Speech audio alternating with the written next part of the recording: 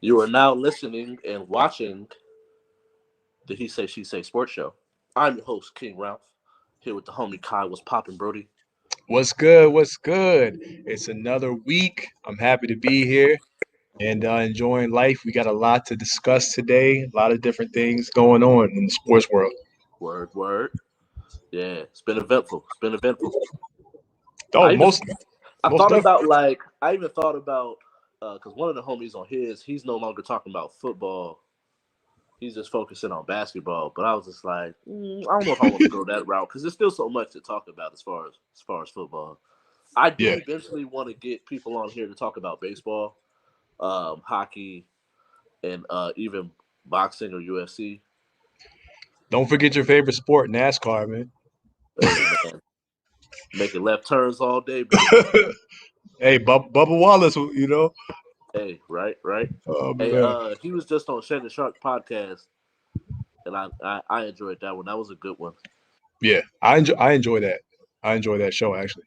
Actually, somebody we're talking about today, he just dropped the episode with him, Adrian Peterson.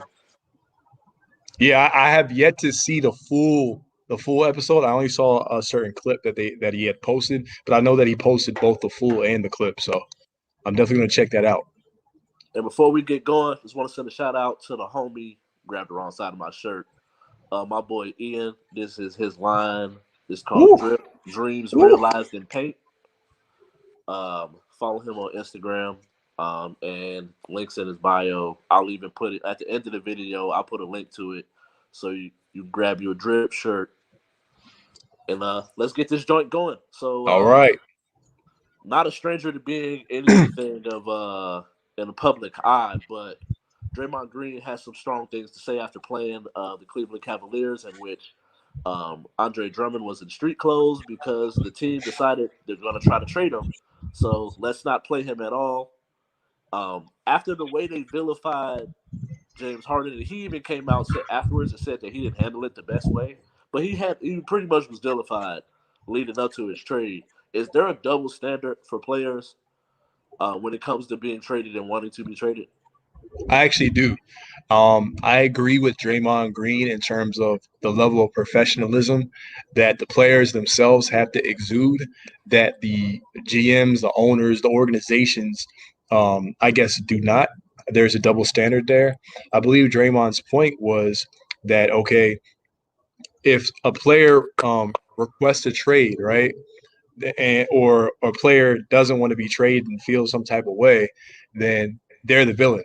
But an owner, a GM, excuse me, at any moment can trade a player during the course of a game, like literally Right. during the course of a game, or in DeMarcus Cousins' case, an All-Star game, and he just found out with no contact with the player's agent, with the player themselves, and so then you expect them in the aftermath, right, to act fine about that. Like I think that's not even right. You know what I'm saying? Right. Or they request a trade. Now, Draymond did say in regards to James Harden's situation that James Harden did mail it in. His last days in Houston, but at the same time, right? He doesn't like the fact that the owners or the GMs, the front office, can at any time with no penalty, with no vilification, can literally just come out and just be like, all right, you're gone. You're off my team. See you. It was nice knowing you. So I do actually do believe there's a double standard. I believe there needs to be some type of common ground, some communication between the two parties in this regard. Um, when we're talking about the players and we're talking about the front office. So I just think it's unfair. And I'm actually, that's one of the few things I agree with Draymond Green about. So that's kind of where my stance is on it. I just don't because I feel like, and I know people say don't put your job in professional sports. It's two different things. But how would you feel if a boss came up to you and was like, "Hey, look, yeah, um, I'm gonna take you off the clock real quick. You know what Right. I'm saying? Like, go home.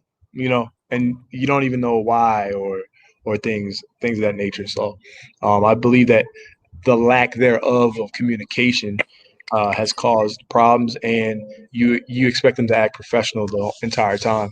So I think for every action, there's an equal and opposite reaction. So if you come out and should I say a GM comes out and acts a certain way by moving that way, and the player's upset about it, hey, that's the problem that you created. So Right. that's my piece. I feel it like I feel it because I see it a lot where it does kind of have that slave like element to it Yeah, because it's even like even on the other end like to talk about NFL when Deshaun Watson came out and said he wanted to be traded. Like Dick Vermeil vilified him in a way that where he said he pretty much lost respect for Deshaun Watson, and it's right. like then when you start listening to the undertone of the comments, even Brett Favre came out and said some things. It's like, fam, like this ain't that day and age. I'm not gonna be putting my body on the line, and I'm Mm, not. I don't have a say, especially when it comes to football, because football is way more like aggressive and you're more injury prone when you play that sport. So like, I just don't think that that's the way to go about it. If you're just gonna be like, oh yeah, you got to shut up and play football, or you got to shut up and dribble, like you can't just right. say like where you're going. Because Yeah. especially like when they're doing people like Harrison Barnes being traded in the middle of a game, and it's like you're gonna have to snatch this man off the court while he's hooping, Hmm. and it's like that's so crazy to me, and it's like it just shows you like the nature of the business and how to a certain extent people are like property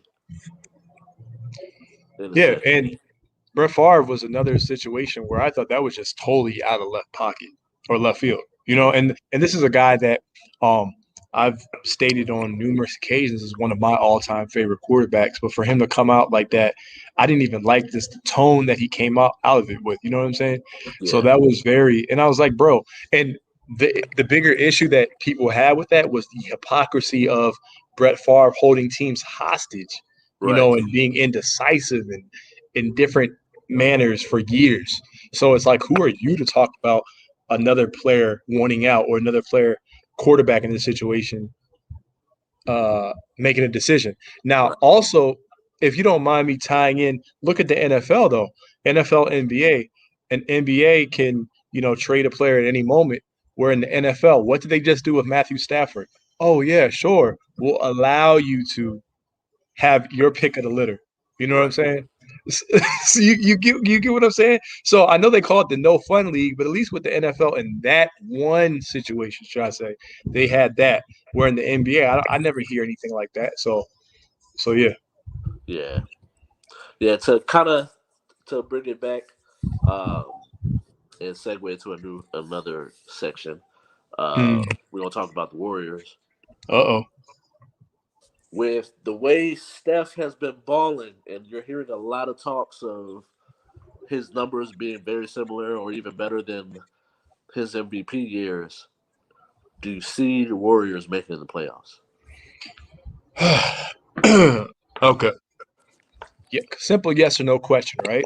Yeah, I'm gonna say yes. I'm gonna say yes. At first, it's an early season, shortened, condensed season, but we have to understand there's a play-in tournament.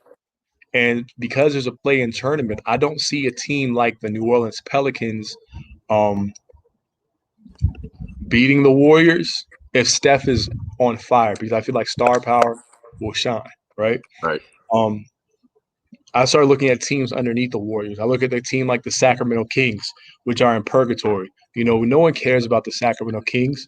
I'm like what Shaq said. I don't care about the Sacramento Queens. I don't. We don't care about the Kings, man. Luke Walton, stop it, man. He's a Right, junior varsity coach. So when we put those things into perspective and we see how well Steph Curry is playing compared to his MVP season, you have Andrew Wiggins there. You have playoff experience. With guys like Draymond Green, with guys like Steph Curry, you have Steve Kerr still coaching. You have Mike Woodson who can actually call the defense. So I actually believe, based off the play-in tournament, they're going to make it. If they don't make it, I think it would be a travesty because you're talking about a unanimous MVP not making the playoffs. Now, I'm not sure if you know, Ralph, but I don't know in the history of the game when a unanimous MVP has missed the playoffs. I know Allen Iverson dragged the 76ers to the NBA Finals. I know Kobe Bean Bryant took the Lakers to the playoffs. And the one year that Shaq had left, the first year he missed it, but people forget he was injured. And Lamar Odom, I believe, missed the last 16 games of that season. So those are the great details people like to leave out. But Kobe was a unanimous MVP. Shaq was a unanimous MVP in 2000. So there's only been very few unanimous MVPs in the history of the league. So I think off the strength of that, Steph Curry has a lot on his plate, and I believe he's going to deliver.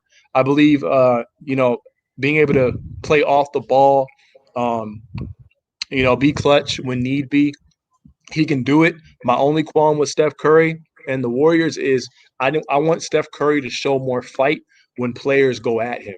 You know, I don't want him to be timid. I want him to continuously show fight and get that team into the playoffs, and then lose to the Utah Jazz in the first round. So, so we'll see, man. Yeah, like right now I'm looking at it. They're 15-13. Yeah. They're one game behind the Nuggets and one game in front of the Grizzlies. Okay. And the Grizzlies was balling until they had that little run in with COVID. Yeah. They was on a winning streak and everything, and then they had that little run in with COVID. And that just messed up all the momentum. But Hmm. I could see them making it, especially with the play in, and then the teams that are they're around. Yeah. Because then you got anywhere from the Spurs at 6, the Blazers at 5. Some people feel like they're gonna fall out. Some people feel like they're streaking. Mm. Um, Mm. then there's a possibility because I don't think that the Rockets have played with like a healthy team for majority of the season. So if they could get healthy, Yeah. I think that they're under a team that people don't talk about. But to answer the question, I do think that the Warriors will make it. Hmm. To definitively answer the question, I do think the Warriors make it. Um, the question for me, I don't know if they make the playoffs, does that automatically give him the MVP nod? Because somebody said Right. just Right. making the playoffs Right. gives him the MVP nod, and I'm like, no, bro, you gotta do something Yeah. wild, Yeah. You have to do a Kobe esque, situation where you're averaging 40 every month, and then like, right? Yeah, but it kind of goes or like back to what Russ we had with the mentioned. triple double, Mhm. like Yeah. Yeah. And I was gonna say it goes back to what we had mentioned, I think, in an earlier episode that we had where we talked about MVP, and I said that for me, it's about how much lift you give a team and your impact. But the league definition is different than maybe me and your definition. The league definition is always the best player on the best team. So right, if that was the case, Donovan Mitchell, who I think does deserve consideration, would be the MVP. But I look at guys like a Chris Paul, where every single team he goes to, he improves it. So I'm like, what are we really looking at? But yeah, Steph Curry, he's definitely in the consideration for MVP, and I would consider him a lot more than some of these other guys. Let's just say that they've decided to put ahead of Steph Curry based off of my definition of what an MVP is supposed to be. So yeah, it's interesting, man. yeah, because I think like because Chris Paul, man, I was telling my brother, and I went into this season saying like, yo, I don't see that there's no reason why they can't, Get to the and playoffs and and do they're something. I was talking about a high seed too. I said a top 4 seed, Right. and hey, that's 2 years in a row. My man Chris Paul, and I bet on him too that he got his team playing well, because I said that they would be in the top 4 in the West. Hmm. Um, and they're fourth right now, one game ahead of the Blazers and 2.5 games from the Clippers. Do you think the Jazz are gonna hold on and finish strong and still finish out first? Do you think the Clippers or Lakers will try to catch them? Okay, so I put um I put money that the Clippers would win the Western Conference and the Lakers would win the championship. That was the original prediction, right? Based off of things we're going. But the moment I put money on the Clippers, Kawhi got injured, and then Kawhi and PG went into COVID protocol for Right. contract tracing. So we talked about that. Now Yeah. I'm looking at a team like the Utah Jazz. They seem to have the chemistry going, right? They've added, so let's say they have the return of Bogdanovich, which they were badly missing last season, Right. and they had Jordan Clarkson playing that 6-man role. So I'm looking at the team like the Utah Jazz, and I'm like, so far they've suffered no real major injuries. Like Mike Conley always gets hurt, Right. and then um, they haven't really had a crazy COVID situation. They haven't had like a KD going out. They haven't had Kawhi and PG. The Lakers were the only other team, Ralph, that was injury free and no COVID until Anthony Davis, which we'll get into a little bit later. And so I'm gonna say, as barring injury, the Utah Jazz are probably going to win the Western Conference, barring injury, because the Clippers, you have Beverly coming back from a hamstring. He had a hamstring last season. Kawhi, he's no longer load managing, but that provides some wear and tear. He missed a game with a leg contusion. Paul George had foot swelling. So Right. off that strength, I'm going to go with the Utah Jazz because I feel like they're the only team so far, knock on wood, that hasn't really suffered any crazy injury, any COVID, and has a chemistry. So how do you kind of see it? Um, you know, Uh, I feel like it's like a catch-22 because yeah. I don't care where they're seated. hmm I don't see them beating the Lakers or Clippers if the Oh, Lakers right, are right, full season. right, right. Yeah, Because Rudy Gobert is definitely the most overrated big man, maybe in NBA history. Because I'm like they didn't gave this man back to back or like multiple Defensive Player of the Year awards, and I'm like, bro, yeah, outside of help, really good help defense. right. Why does he deserve Defensive Player of the Year? Because I'm seeing him get cooked on the perimeter, so he can't guard. He can't guard on the perimeter, Mm, and he's not. mm, And when Joel Embiid, the Anthony Davises of the world, to quote Stephen A. Smith, like he's not like stop. I'm seeing him have career nights on this man. right. Jokic on the other, Jokic also like he struggles guarding the top tier bigs. So I'm Yeah. like, I don't understand for him. But for that reason, I don't think it matters where they seat it. But outside and like after looking at the standings, I think the Lakers and Clippers they're gonna give What they have to enough do. effort and stay Yeah. engaged enough to stay in that 2-3 to 1 range. It just Mm, depends on what happens with the Jazz as far as health. mm, Uh, because I do think that the further they get in the season, teams are not going to be really taking those risks of going out and doing things. right. So it's like, why would I put myself at risk if we going down a stretch playoff run and I could possibly get COVID? So it's That's like true. now, like yeah, I can go out and do stuff with my family because it's earlier in the season, big deal. But like when it gets later in the season, I think you're going to start seeing less and less if they're not already in a bubble. And then I don't see the Suns getting high enough on the list to surpass them. So the only way I really see it is if the Lakers Clippers catch fire and gain on them because they're not that far back. Right. They're only like two and a half Like about a games. 2.5. Yeah. Yeah. Yeah, so I So, think barring injury with the Utah Jazz, and I agree with you about Rudy Gobert. I actually believe Hassan Whiteside, when he's motivated, is better than Rudy Gobert. But that's right. always been Hassan Whiteside's issue. Was Hassan Whiteside, once he got that bag, right? Yeah. He mailed it in. And then you saw what he did in Miami, like that against the 76ers in the playoffs. Like the dude just steals money. So, but Rudy Gobert is like a competent Hassan Whiteside, Right. in stretches, that is, because Hassan Right. Whiteside led the NBA in blocks last season, but nobody really even knew it. Right. So, like, I actually told so my yeah, brother that, and he was looking at me like I was crazy. I was just like, right. bro, look it up. Like, hmm I was like, that's crazy, bro. But like to talk about, you mentioned him earlier, Anthony Davis injures his Achilles, and hmm we've seen how dangerous that could be with how long Kevin Durant was out for. Does this change? the Lakers' chances of repeating, or do you see them being super precautious, letting them not play for a couple weeks, and uh, and seeing what happens? Okay, just to straight up answer the question, yes, this is a detriment to the team. Just to answer the question, it's a detriment to the team. It does hurt their title chances, but they are still. Anytime you have LeBron James, they're a contender. Right. Um, the reason why I say it hurts their title chances is because I'm coming from someone who's injured their Achilles before. I did not tear it.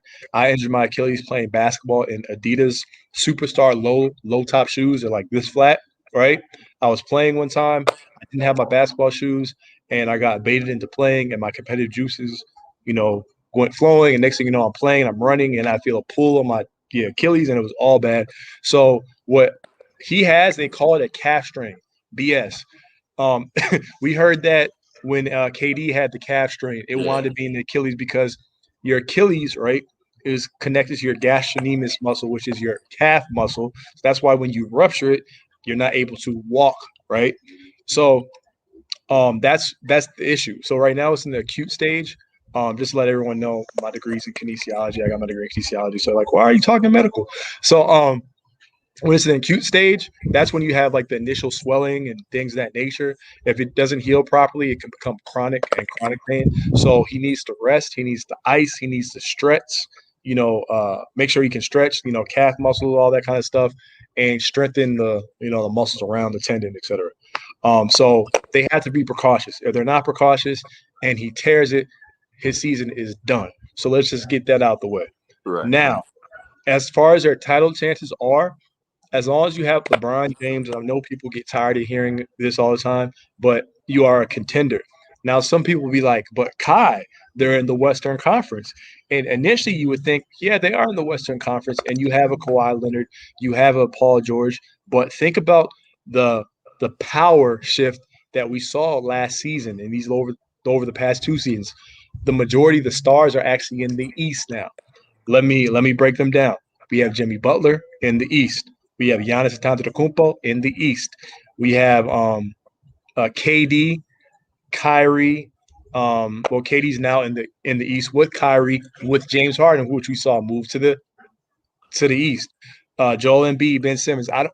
You guys get where I'm coming from. So we have so many stars now in the East, and then we have stars that haven't really won anything in the West outside of Kawhi Leonard. I'm thinking I might be missing somebody else.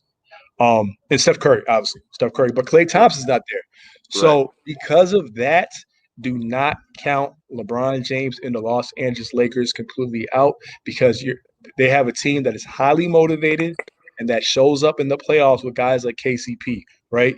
With guys like even the Wes Matthews, Right. Montrezl Harrell, not so much. Dennis Schroeder, okay, we'll see. But LeBron can right that ship. So I believe their title chances are at risk with AD being injured, and I believe they should rest him. But if he tears his Achilles, it is over. I'm just going to tell Right. you right now, if they tears his Yeah. Achilles, it is over. There we go. So, Yeah. And like, I know what you just said is like, if you got LeBron, then you should be straight. all right. Like, as far as making a serious title run. But like, I do think, like, I'm sitting here looking at the standings. Like right now, if they were to start the playoffs, they'd play the Nuggets. And it's like watching how the Nuggets played last year. I feel like they gave them a run for their money, Yeah. and like to the point where LeBron had to really try. But I still could like I don't know. I don't have the confidence to say that the Nuggets are going to win. I certainly the Spurs are just like they just play really good team ball, but they don't have like nobody that can at least on his end match what LeBron's output is going to be. All right. Yeah. And you have to But guard him on the other end, too. right So it's like, then if they were able to run into the Blazers, mm-hmm. the Blazers irritate me because like for years they were just overachieving. Where All right. like the last couple years, I you know what, 2 years ago I'll give them that pass because Jokic, not Jokic, but Nurkic Yeah, hurt Nurkic. his leg. So 2 years Yeah, ago he I'll was give them out. that. I'll let him slide. I'll let them slide on that one. But like I feel like last year should have been way more competitive, even with CJ McCollum and hurting his back. I do, but from what I remember, I think the injury bug bit them real bad because Yeah. I think Zach Collins and Rodney Hood didn't play, and Yeah, Rodney so Hood got hurt. like I don't know. That's one that would make me nervous as if I was the Lakers to try to run into that team as far as people that are on the bottom side. If AD ends up having to be out some serious Extensively. time. Yeah. Yeah. I was gonna say with the Blazers, another issue I have, and I always say with a lot of people see players, right? The game is not played on paper. Coaches matter, right? And we know what Terry Stotts is. Last year, everyone's like, "Oh, the Blazers could possibly make a run." Look, man, I know Dame got hurt, but Terry Stotts, he put a rookie on Anthony Davis. It was barbecue chicken. Terry Stotts Right. is horrible at making adjustments. Mike Malone is horrible at making adjustments. Yeah. So you look at that, and LeBron will at least get you a series. Now, I, as a Laker fan, right, I know why LeBron James got Anthony Davis. And hey, look, whenever you get a championship, I'm not going to complain about it. But he said he activated playoff mode, and he was losing the teams under 500 last year. Or just excuse me, 2 years ago prior to Anthony Davis. Right. Anthony Davis came and then he led in every statistical category, right? Except for assist. He was a defensive player of the year candidate, which many people thought got snubbed, right? I'd never heard of anyone leading in every single category except assist and not getting an MVP vote.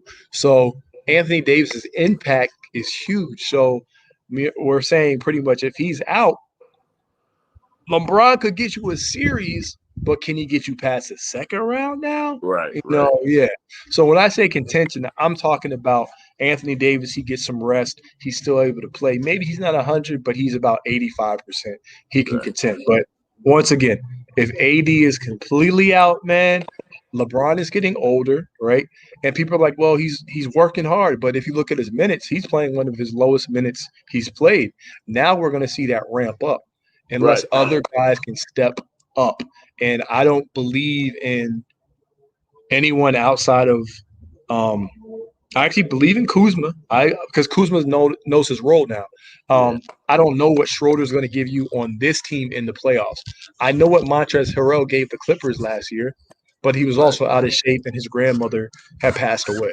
You know what I'm Right. saying? So these are all different things. I think what's going to happen is in their front court, they're going to get beat and bruised because their problem is teams that play transition and do downhill pick and rolls. They attack Harrell and they attack Marc Gasol.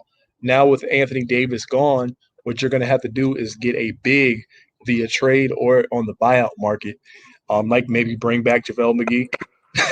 So JaVale yeah, McGee. JaVale McGee. So they have some options, but this Blake Griffin to the Lakers crap, stop it, man. Like, stop. um, if So you're, where do you see mhm. this is last question, and then we're gonna talk about some football. Where do you see Blake Griffin going to? To the Lakers. Honestly, Oh no, would I see him going to the Lakers? no. Period. Just like Oh, getting obviously, traded. they're talking about trading him. So Yeah, yeah. where do you see this happen him going? Okay, so I see Blake Griffin. The furthest Blake Griffin is going to go is out of his mind because he's going to realize that he's stuck in Detroit. That's where I feel.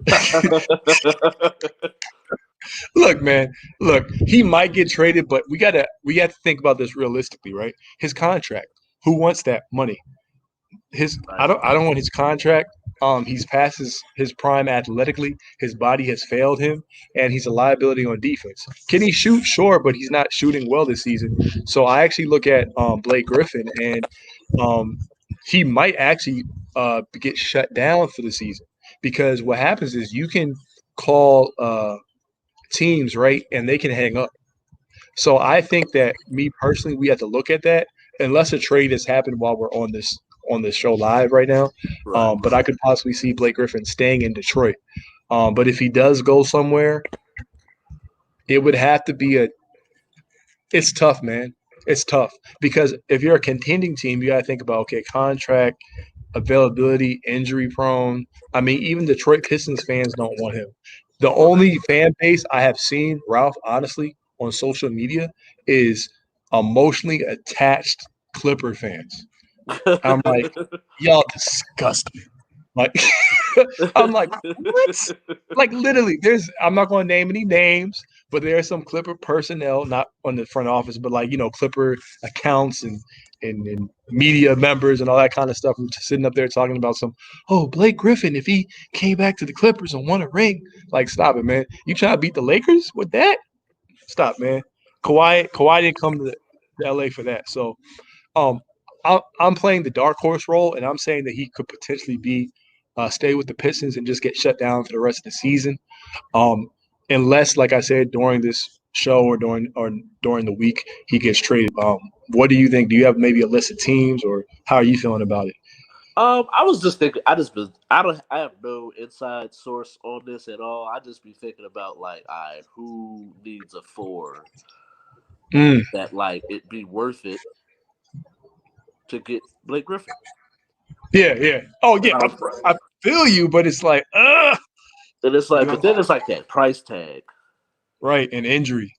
Like, yeah, like I'm just talking about price tag alone because it's like, all right, when you're when you don't have to be counted on every night, I think that Mm, saves your body to where like I can see him not being like his injury problem, depending on where he goes, I can see it not being an issue.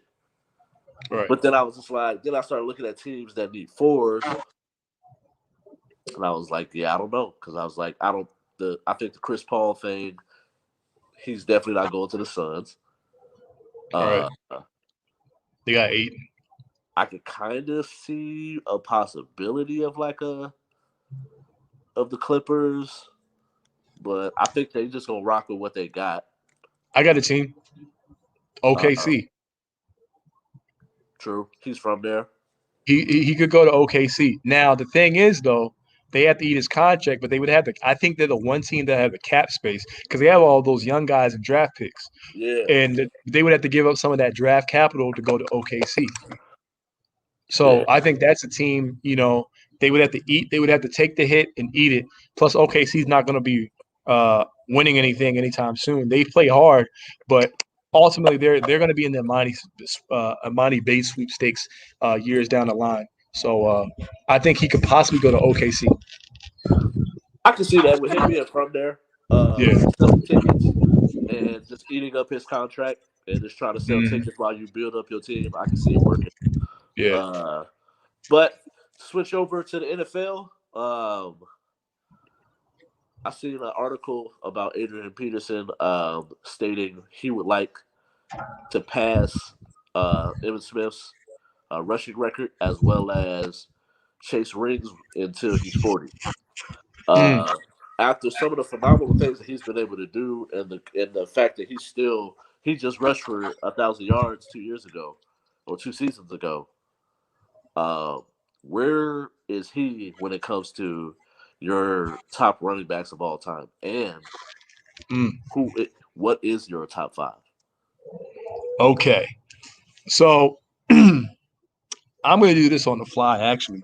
My top 5 running backs of all time. When I think of the running back position, I always like to look at what's the purpose of running back. It's to get the ball, get the pigskin, tuck it in your chest or your belly, whatever you want to call it. Some run like this, some run like this, and run from one area to the other area. So, number one is Barry Sanders. Barry Sanders played behind an atrocious line. Um, period. Barry Sanders is what Saquon Barkley is today. Barry Sanders was like the more elusive version of that Yeah, back then, and he had ultimate moves.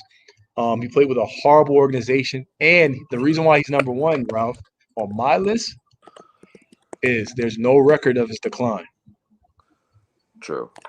You feel me? He Yeah, was in his prime all the time, baby. So number one is Barry Sanders. Number two, all right. Number two for me on the fly. Now this is on the fly.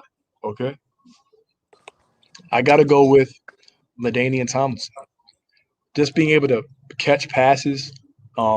He added that extra element. I know Marshall Faulk was there, but LaDainian Tomlinson was huge in the red zone, and I feel like it's harder to score in the red zone. when the defenses they get tighter, everyone is in the box, all that kind of stuff. So I'm gonna forgive that buffoonery he did in the playoffs when he was standing on the sideline with his visor. I'm gonna forgive that. I'm gonna forgive that, and I'm gonna put LT number 2. Number 3 for me, right, is Adrian Peterson. Adrian Peterson is we talk about the Jim Browns of the world and things of that nature. Adrian Peterson really faced 8 in the box with superior athletes, right? Right. So when you are the primary focus, like literally, he was the primary focus because even when Brett Favre was there, who was their best receiver? Sidney Rice. Is Yeah. he still in the league? So you know Right. what I'm saying? So Adrian Peterson was the primary guy, man. He had faced 8 in the box in Oklahoma. He faced 8 in the box in the NFL. Adrian Peterson, for me, is the third best back, okay, of all time. All right.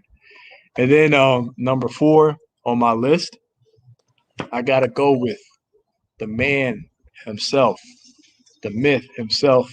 And our stream might get cut off by the CIA when I say it, but OJ Simpson is number 4, man.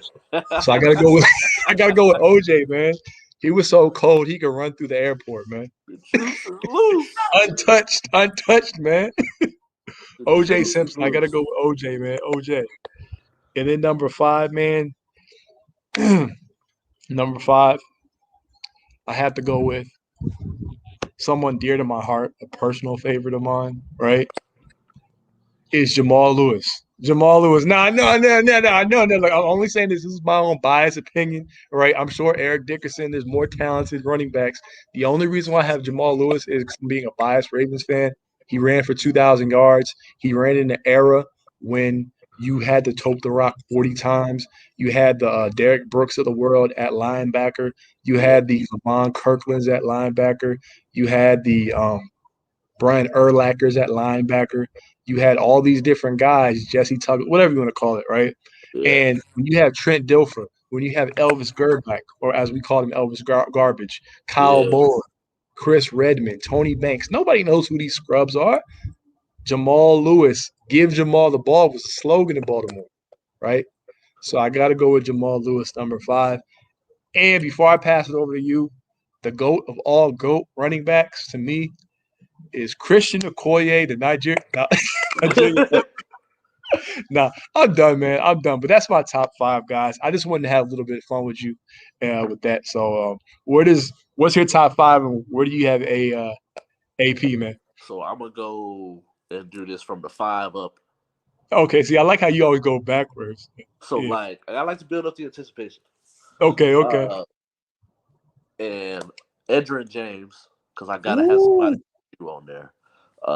Edrin James, that boy was nasty. in the Uh, cold too.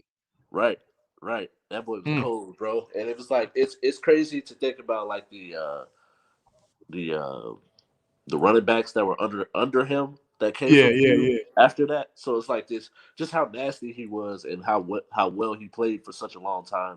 Ran for over 12,000 yards. I almost put Fred Taylor at 5 just because he's a personal favorite of mine. That's fair. Plus, he's on one of my favorite podcasts right now too. So Okay. shout Yeah, out yeah, Fred. yeah. I am athlete. Yep. Uh, so Adrian Peterson at 4. Just he is the bionic man. I remember when he first got drafted. He used to talk about how like strong his handshake was. New commercials used to have me cracking up laughing. It was like people with like broke hands, Facts. but like just blowing out his knee altogether entirely, and then playing like 8 9 months later, and then running for Right. like 1,000 yards. You're not supposed to be able to do that. That's So crazy. like just that alone, plus if for what a running back was intended to be, I don't think there's too many people that you can put at running back and be like, yo, this was a better prototypical old style running back. Facts, And especially so, in his era. right. And Yeah. so, like, with that, as much as I hated this dude because he used to kill the Raiders. Okoye? No. uh, Let me stop this. Anyway. LaDainian Tomlinson, LT, at 3. That dude was And cold. it wasn't too many holes in his game because earlier he had an issue with fumbling and blocking, but then once he figured all that out, it was a wrap, bro. Right. And he was a And fantasy beast too. right, right, he was always up there in touchdowns. And Yeah. then we gonna go my man Barry Sanders at 2. This the human joystick. Yeah. Really, if Gale really he was like the son of a Gale Sayers, Oh yeah, I keep forgetting. Yeah, Gail Sayers. but Gale Yeah. Sayers didn't have that many years in there, just like my honorable mention as well. But Right. like this is it wasn't he played his offensive line was horrid. Like Facts. first of all, the offense was terrible. First of all, like not just like the offensive line, the wide receivers was trash, tight ends trash, and the quarterback was probably trash too. Right. But like The mascot was probably just getting minimum wage, man. right, but if you look back, even like I think he was the leading rusher in college football too. Yeah. Yeah. And so like that man, what more am I supposed to say about this man? But this last person is some. I'm not even a Bears fan, but I know. I someone know. that's who's near and dear to my heart. My man Walter Payton. Walter Payton. Walter Sweet, Payton. Gotta say it with your chest. sweet. Yeah. Walter Payton was cold. I think you can't go wrong with anyone at number one except for like, I don't know. And Bo Jackson Yeah. was my Oh. honorable because Career cut short, but Bo was yeah, cold. yeah, just for Yeah. like just to the athlete that he was and what he was able to do, and this was like a hobby. Yeah. That's crazy to me. That bro. Yeah, you can't go like especially with those older guys. Like I wish I could have seen like the Jim Browns of the day play. Yeah, Because back then they were just playing with leather helmets, man. And right.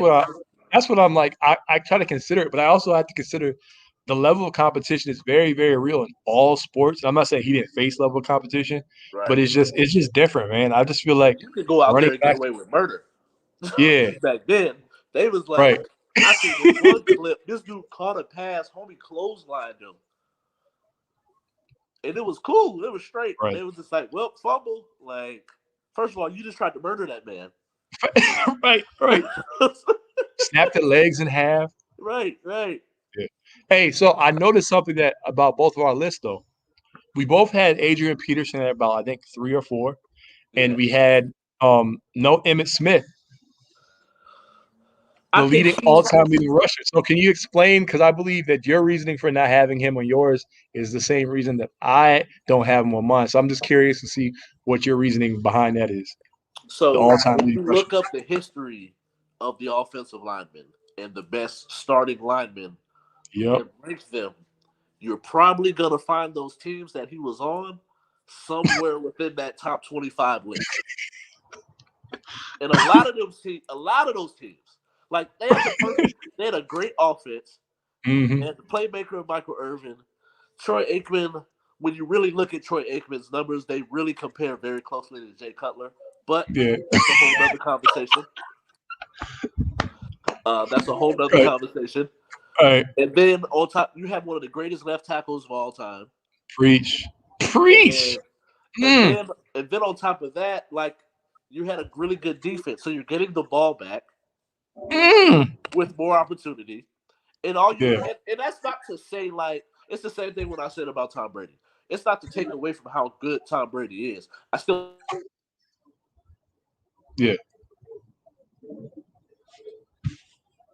was a top 3 quarterback, no matter who his coach is, what team he played on, just him. Period. Top 3 quarterback. You cannot argue him any less, especially after this last Super Bowl. No less than 2. Understandable. Yep. And so like it's not to sit here and diminish anybody, but Right. like Right. Right. I just think that Emmitt Smith was in the perfect situation with the perfect team. He has top 7, top 6 talent. It's Yeah. just he played for the perfect situation in an era where they handed the ball off 30 times a game. Yeah, and I have no qualms with what you said, and I was going to also mention because we talk about Jerry Rice and all that stuff, and we'll talk about top five receivers probably on another episode, but of all time. But in Jerry's situation, right? At least with Jerry, despite his perfect situation, he still was able to have numbers that were so out of this world. Where with Emmitt Smith, his numbers really weren't that out of this world No, compared to other guys. When we look at a Barry Sanders, when you look at a Frank Gore, when you look at right. these other guys, now obviously Adrian Peterson missed the season, but it makes you gives you cause to pause to be like, okay, what if some of these guys had another situation because it's not like their numbers are that far off. I think, and you can correct me if I'm wrong, but I think Jerome Bettis was like fifth all time at one point, and then Asley, it's been like what 10 years now, but Jerome Bettis was That's like just top five in rushing before too. So you he's start to look eighth. at his numbers, and he never. You said he's eighth. Yeah, he was five because then Yeah, he was five for a while. Yeah, LT, Adrian Peterson, and Frank Gore passed him right. You see what I'm after that. saying? So yeah, And that's a person I don't think gets enough credit. yeah, We just think of him like, oh, he's a big dude. He better be running like that. But he was bro. like, Bettis. yeah, he was a problem, bro. Off the strength, though, if I wasn't being biased, Bettis would probably be straight up no bull, no BS and non-biased. He would probably be number five on my list off the strength because as a kid, like this dude, Ray Lewis is the only one who really popped him. He was just Yeah, so bro. I was just he gonna was bring like, that up. how Shaq was big and you think, oh, Shaq just he all he does is dunk. No, he had footwork. Right, Bettis had footwork, bro. right, right. Like this dude had the toe tap. He had to Yeah, spin. yeah, He could spin into the third down, and they used to frustrate me. I'm like, yo, just pop that bowling ball, bro. Like, you know what I'm bro. saying? Yeah. So I remember like it wasn't Bettis was even like cold, just the not just Madden. It was game day, yeah, bro. He was cold on game day. bro. As a Ravens fan, let me tell you, every time the Steelers were in the playoffs and Bettis and it was cold or something like that, bro, I used to hate watching the Ravens at home and the Steelers just run Bettis to the ground. And he used to just abuse teams, man. Like I have a nightmare. See, I gotta go back and watch more Bettis highlights, man. It's been a minute, but that boy Bettis gave me nightmares, bro. Really? Oh, so but anyway, man, Yo, but he was cold, bro. But yeah. like, so free agency has started. All right, Uh, meat people of getting the sport. cut, and the All American. Everybody loves this dude, J.J. Watt. Uh, was released after asking to be cut. Do Where do you think is the best landing spot for him? Okay, so let me just give our viewers some spots for them. I'm not going to give them 10 different spots, but first and foremost, JJ Watt has already mentioned that he would like to join a contender. So I automatically eliminate teams that are not contending teams, right? And I'm thinking about financial situations as well. And so my list right now, it's not completely cohesive, but my list right now in terms of I think the potential landing spots he'll probably wind up either in. I have first and foremost the Baltimore Ravens because I'm a Ravens fan and I know a lot about kind of the insides and outs of that team.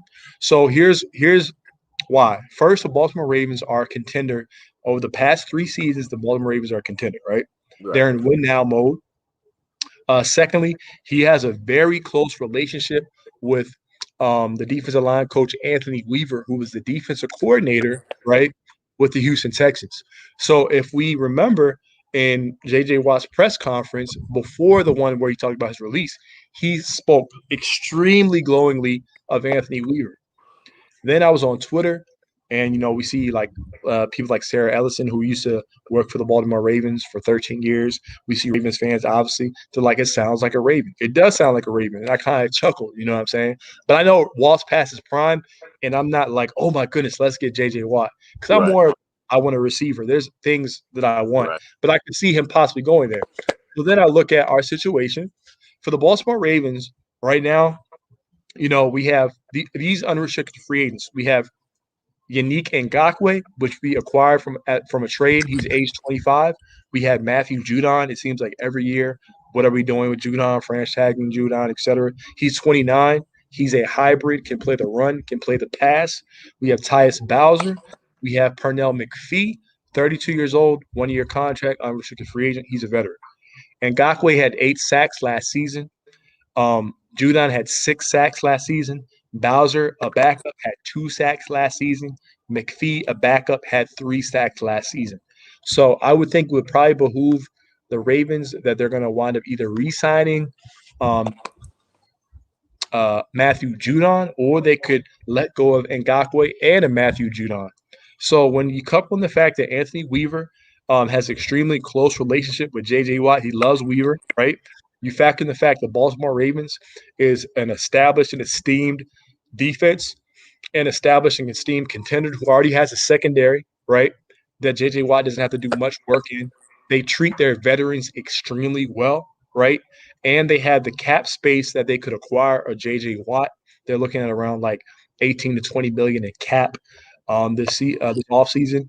JJ Watt could possibly go to the Baltimore Ravens. I think he's actually a top 2 contender. I also have the Cleveland Browns at about like maybe about 4 or 5.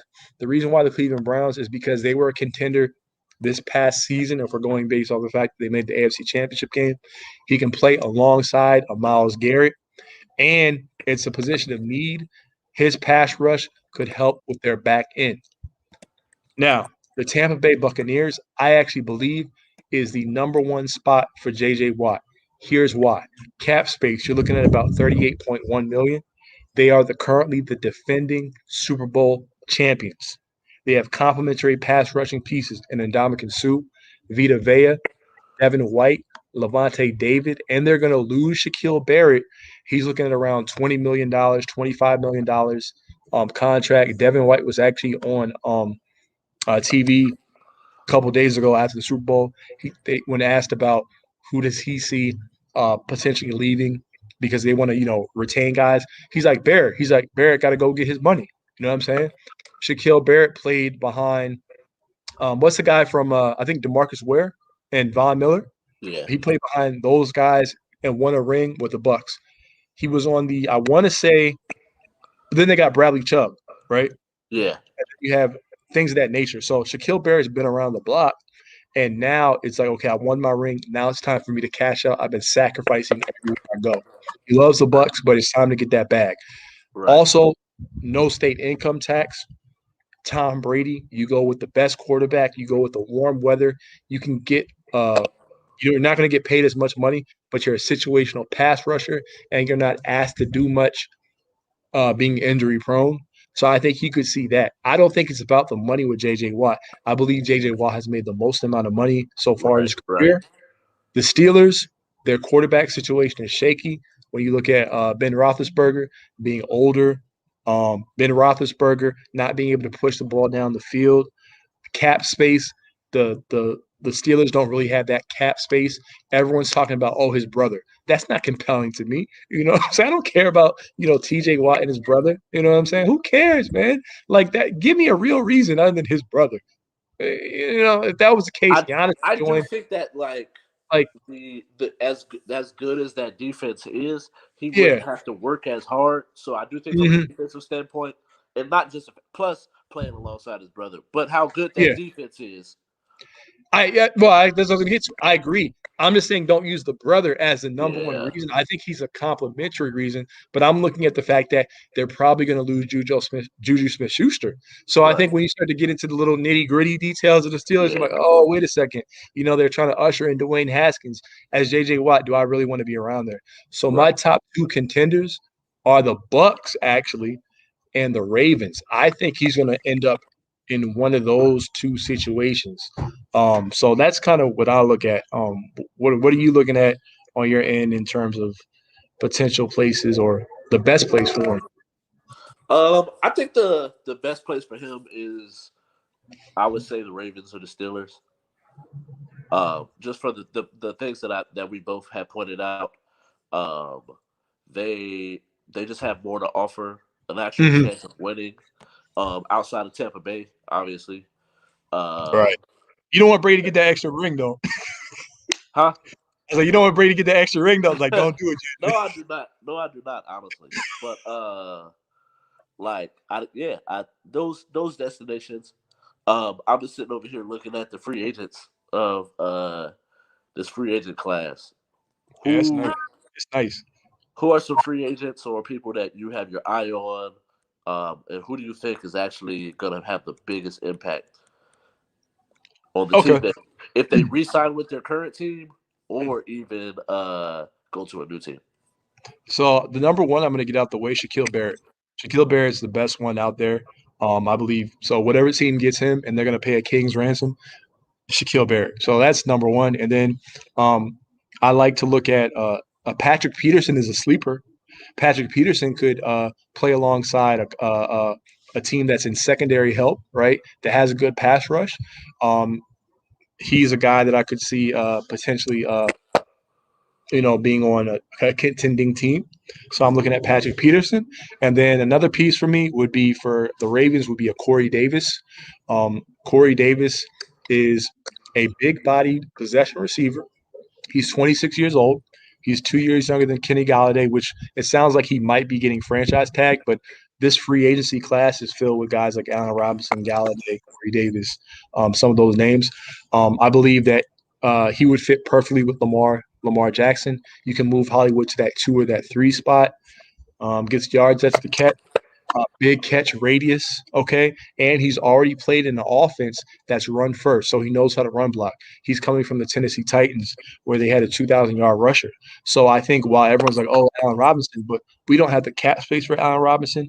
And if you know anything about the Bears, he was complaining in training camp about Mitchell Trubisky and deep ball accuracy, something that Lamar struggles with. So I think Corey Davis fits a red zone need, a moving the chains need, an outside the numbers need, and he won't be as expensive. So I'm looking at Corey Davis, I'm looking at Patrick Peterson, and I am looking at Shaquille Barrett as my 3 free agents um, so far. So yeah. I think for me, I agree with the Shaq Barrett, Shaq. um, because I the numbers he's been putting up the last 2 seasons. If you can get him in the right system where he got some help on the other side, and you don't have to just edge like Can chip the on Raiders him. can the Raiders get him? You have I space don't for know. him? I don't know if we got that kind of money, Okay. especially for like such. He's gonna want the bag. He's gonna want the bag, the whole Right. bag, and nothing but the bag. Yeah. Yeah. So I Yeah. don't know. I don't even know if I would even want us to go after somebody like that. But like, yeah, him. It'd be nice. Uh, Yeah. I'm a big fan of Justin Simmons, Ooh, ooh. I like that. even though he plays for the Broncos. I still like am a huge fan of his. All right. Um, Come over to Oakland. Come on over to Oakland. That's what you're saying. right, facts. Do that because we need safety help. We need all the help we can get in the Facts. That's the only thing that you guys need, really, that defense. Get right. that defense right. And I've always been a big fan of Leonard Williams, Okay. and him being a like this past season, he had a career high with 13 sacks. Mm. Um, Yeesh. Still young because I believe he just finished his rookie contract. Right, right. So if he doesn't get what do you call it franchise tagged, then I would go after him if I needed help on the pass rush, and we could use all Okay. the help we could get. Especially with I don't think his contract is crazy what he would bring up or bring Yeah. back. It just depends because a lot of times with the contracts you be like, oh, that's a lot of money, but it's depending on how much of it is fully guaranteed. All right. And he's looking to get about 33 million guaranteed for a 4-year contract. So that's not too crazy. Yeah, it's not too crazy. It's feasible. Right, right. Yeah, it's feasible. I was gonna say, yeah, Go ahead, buddy. I was gonna say AJ Green. Now, look, man, you will Retire. never see me ever again on the show, Ravens. Don't do it. Don't do it, Eric DeCosta. Don't do it, man. Look, man. I feel like Well, every year look, he got hurt though, bro. look, bro. You had people saying, "Oh, he was rated higher than Julio Jones coming out." Look, man. Yeah, that was in college, bro.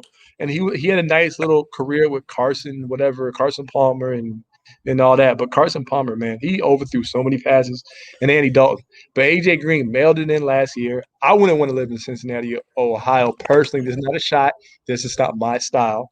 Anybody from Cincinnati watching the show, but AJ Green is that old savvy veteran receiver, injury prone, passes prime that the Ravens like, and don't do it. Don't do it. I'm telling you, man. Yeah. I will be missing in action. An APB will be put out on me. CIA will be trying to find me, man. Like, don't do it, Ravens. Don't. Just go get Corey Davis. You know what I'm saying? And And just did Jameis work. Winston go back to the Saints? So what? Did Jameis Winston, is he staying with the Saints? I actually believe so. Him and Taysom Hill, because I think what's going to happen is they're going to use somebody as a what do they call it, like a bridge for Yeah. maybe another quarterback. So see what they get out, But Taysom Hill can't be your long term starter. Mm-mm. So yeah. So yeah. But yeah, thanks guys. Thank you all for watching.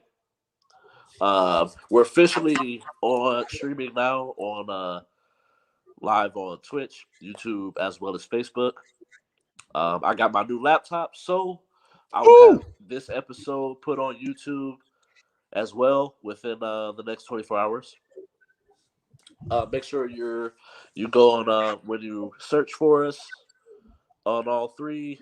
Just look up the all one word He Say She Say Sports Show. It's on the ticker on the bottom of the screen. You can catch me on Instagram at KYNGRALPH. That's also my name on Twitch as well. And Um, you can catch me at the.house of hoops on Instagram. all right. Catch us on YouTube. Make sure you hit the subscribe button. Thank you all for watching. Bye. Peace.